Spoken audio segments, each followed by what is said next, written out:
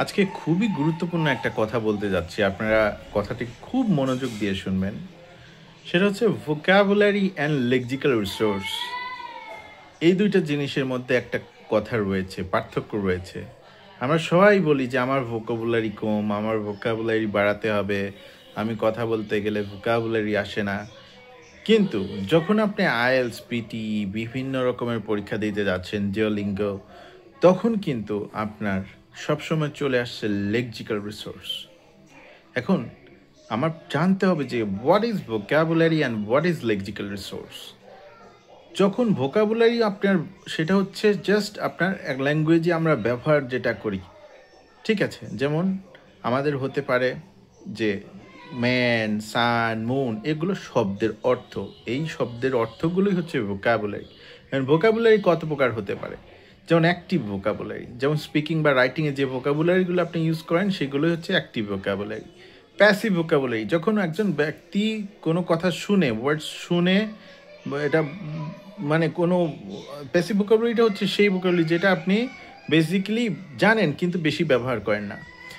আর একটা আছে productive and receptive. Productive হচ্ছে আপনার যখন আপনি স্পিকিংয়ে বলছেন এবং রাইটিংয়ে লিখছেন সেটা হচ্ছে প্রোডাক্টিভ vocabulary। আর রিসিপটিভ vocabulary যখন আপনি শুনছেন এবং রিডিং করছেন সেইটা আপনি কিন্তু কান দিয়ে শুনে এটা রিসিভ করছেন এবং মুখ দিয়ে বলে যেটা বলছেন সেটা হচ্ছে রিডিং vocabulary বা লিসেনিং vocabulary। এই দুইটাকে একসাথে বলে receptive vocabulary।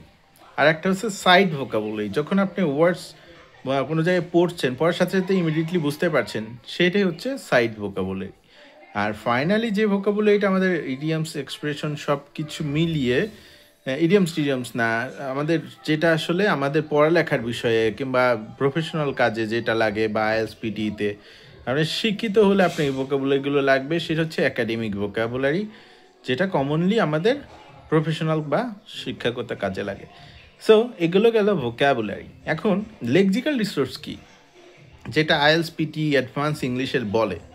So lexical resource হচ্ছে সেই জিনিস যেটা রেঞ্জ অফ vocabulary, আপনার মধ্যে কতটুকু কী পরিমাণে আপনার vocabularyটা আছে, আপনি কত অ্যাকুরেসি vocabularyটা ব্যবহার করতে পারছেন, আপনার vocabularyর সংযোজনটা কেমন, কলোকেশনটা কেমন, হ্যাঁ, আপনি ইডিওমেটিক এক্সপ্রেশনটা কেমন, ইডিয়ামটা কেমন দিতে পারছেন, ওয়ার্ডস ফরমেশন কেমন, আপনি সাফিক্স, প্রিফিক্স, রুট ওয়ার্ডসগুলো কেমন ব্যবহার করছেন, অ্যাবিলিটি টু প্যারাফ্রেজ, যে প্যারাফ্রেজ আপনি কিভাবে ব্যবহার করতে পারছেন, আপনি রাইটস কনটেক্সে সঠিকভাবে ব্যবহার করতে পারছেন কিনা, সেটাই হচ্ছে lexical resource.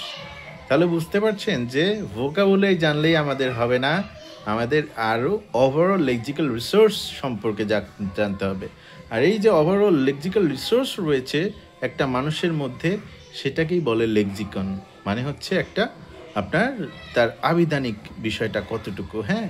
So in simple terms আমরা বলতে পারি যে লেক্সিক্যাল রিসোর্স হচ্ছে your overall vocabulary power, accuracy, appropriateness in real communication. এটাই হচ্ছে লেক্সিক্যাল রিসোর্স। আর vocabulary হচ্ছে শব্দ, ঠিক আছে ওয়ার্ডস। সো আশা করি বুঝতে পেরেছেন। ভিডিওটা বড়, বাট যে আমার এই ভিডিওটা বুঝবে সে বুঝতে পারবে যে আসলে আমার শব্দের অর্থ বা vocabulary বা লেক্সিক্যাল রিসোর্স কতটুকু বাড়াতে হবে। আশা করি বুঝতে পেরেছেন। ধন্যবাদ।